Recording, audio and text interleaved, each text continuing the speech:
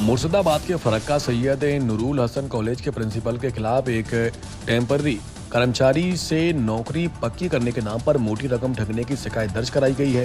पीड़ित का दावा है कि 10 लाख रुपए के बदले नौकरी पक्की करने का भरोसा दिए जाने के बावजूद वादा पूरा नहीं किया गया। इस बारे में कॉलेज के एक टेम्पररी कर्मचारी फिरोज शेख ने 25 जून को फरक्का पुलिस स्टेशन में लिखित शिकायत दर्ज कराई। इतना ही नहीं, उनका दावा है कि कॉलेज के एक और टेम्पररी कर्मचारी से भी इसी वादे के साथ 7 लाख रुपए लिए गए। संवाददाता मिलन सरकार की रिपोर्ट। লিখিত অভিযোগ দিয়েছি কারণ প্রিন্সিপাল আমাদের স্থায়ীকরণ করার জন্য আমাদের কাছ থেকে ধাপে ধাপে ঠিক আছে চাকরির প্রলোভন দেখিয়ে এবং ভয় এবার আমার যে পোস্ট ক্যাজুয়াল পোস্ট সেটাও বাঁচানোর জন্যই আমি টাকাটা দেয় ধাপে ধাপে। কত সালে আমরা স্টার্টিং করি 2015 সালে, ঠিক আছে। প্রিন্সিপাল সঙ্গে এক আমি মামার থ্রুতেই পরিচিত, ওনার সঙ্গে পরিচিত হয়।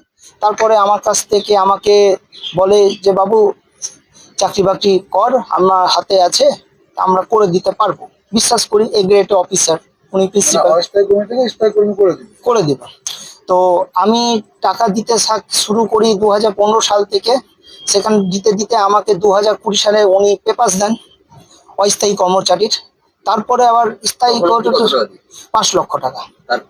তারপরে আবার সব পোস্ট গুলো আসার জন্য আবার আমাদের কাছ থেকে ধাপে ধাপে আমার কাছ থেকে 5 লক্ষ টাকা নেয়।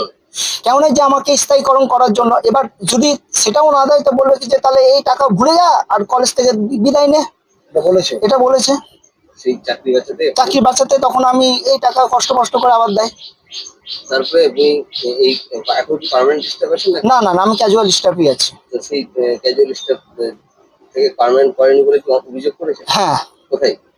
আমি থানাতে করেছি, ডিএম সাহেবকে করেছি, এসডিও সাহেবকে করেছি, বিডিও সাহেবকে করেছি। প্রধান শিক্ষক কি বলছে?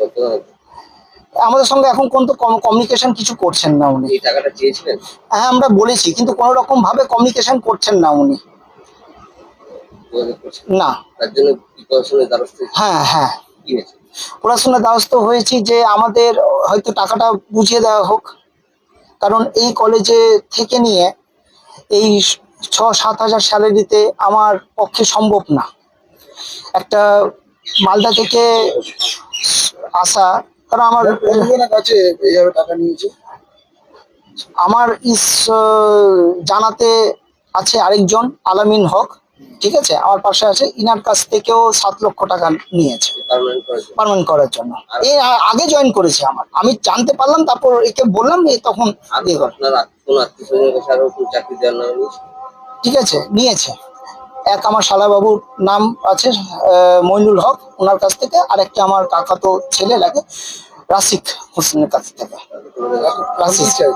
এখন চাইছি আমাদের টাকাটা আমাদের রিটার্ন করা হোক। যে পার্মানেন্ট করার জন্য যে টাকাটা উনি আমাদের ছলে বলে ভয় দেখিয়ে নিয়েছে, সেই টাকাটা পার্মানেন্ট পোস্টে আমাদের দেওয়া হোক। কি নাম কলেজের? প্রফেসর সৈয়দ নূর হাসান কলেজ। আমাদের প্রিন্সিপাল নাম হচ্ছে ডক্টর ক্যাপ্টেন শিবাশিস ব্যানার্জি। উনি সরাসরি টাকা নিয়েছেন, কারোর মাধ্যমে নিয়েছে?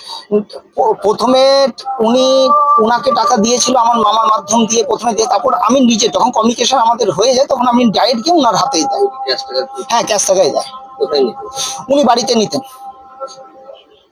সবই ক্যাশের মাধ্যমে? সবই ক্যাশের মাধ্যমে। আমার নাম জাকির হোসেন।